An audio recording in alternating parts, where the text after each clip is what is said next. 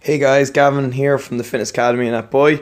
Just going to go through what I use for some yoga flow, days I'm feeling tight or any really day as a warm up when I'm stuck for time just to hit all body parts. Start with big breath over the head, reach down for the toes while the legs stay straight, then stepping out to the side. So I'll work majorly probably 20 to 30 seconds on each side before shifting the hips around and getting the other side. Goal here is to work the fingertips or the palms flat on the ground on each side without bending either of those knees. Once we got both sides done, then what we do is we just work into the center. So point both toes out. Again, fingertips or palms flat to the floor. You could work kind of gradually side to side from left to right, or you could just hold that bottom position all the time, kind of breathing in through the nose and slowly out through the mouth as you try and get closer and closer to the floor. Once we've both sides done, I'll just show you from side view.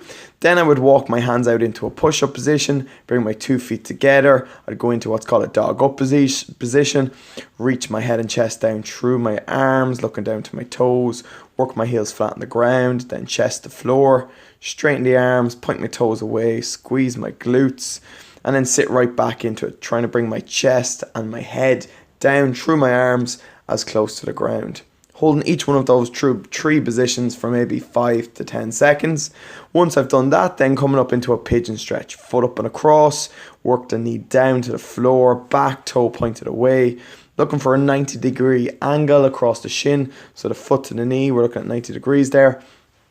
Holding that position, leaning into it, and then back into our dog up. Heels to the floor. Hold for a few seconds, then rock forward. Lock out the arms, go into our dog down position.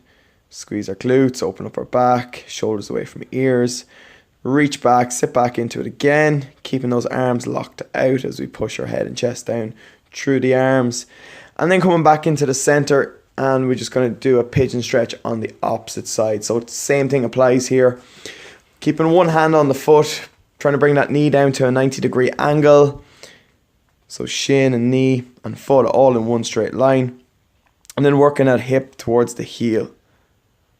Once we hold them for maybe 20 or 30 seconds, then we'll move on. So back into our dog up position. Few seconds in that position, dog down.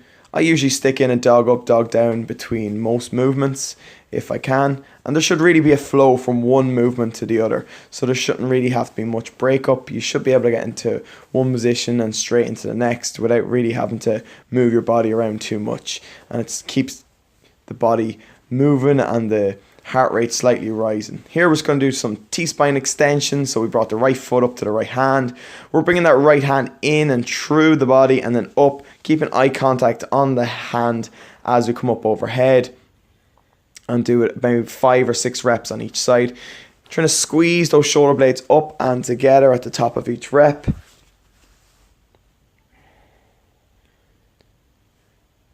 little pause at the top if we need. And then once we've got both sides done, then we're going to work into some splits work. So on the splits work, what we're looking for is front toe pointed away from us. Leg is straight. We could stay up nice and upright like this, or we could work our fingertips our palms to the floor over time as we become looser. Again, we want to squeeze the glute on the back leg. So on that left leg, I'm squeezing the glute. Once I held for about 20 seconds, then into our dog up, hold for 5 or 6 seconds, then bringing our chest to the floor, pointing our toes away, squeezing our glutes, dog down, sitting back into our heels. Once we've both them done, again, holding for a few seconds, and then we're going to move on.